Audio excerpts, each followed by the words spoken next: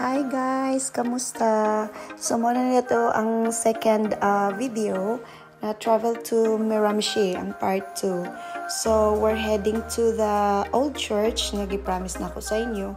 And mo nilang minteryo guys, which is kanang ilag yung minteryo diri lang cemetery. Perminti gina siya tupad sa church. Mo gina siya perminti.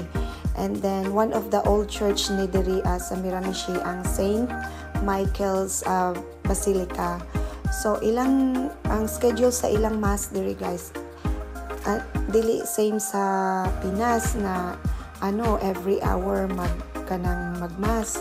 So diri naalay kuan sa morning isa ka schedule, then afternoon isa na pod.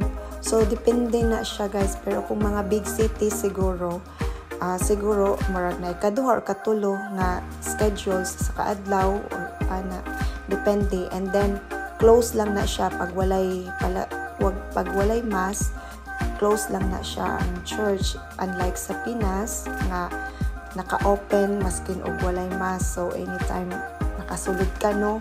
So kani mao na ni siya guys, ganahan jud ko sa ilang kanang structure sa building nila sa church. So kanang nice weather gyud kay murag kanang init pero lamig hapon ang panahon.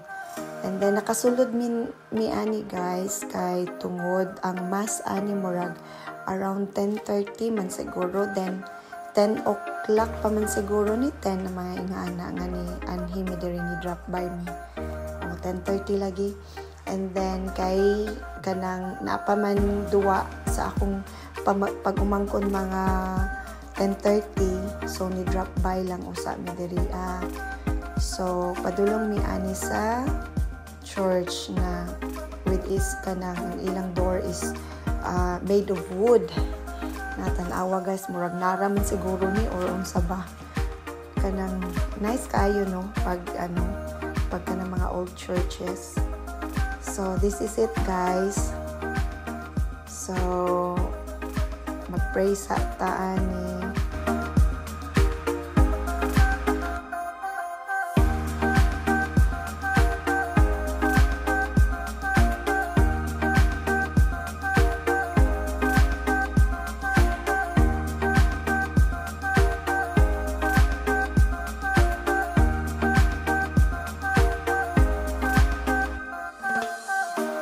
So muna ni guys, tapos na ko ni pray, and then gawas na taan ni.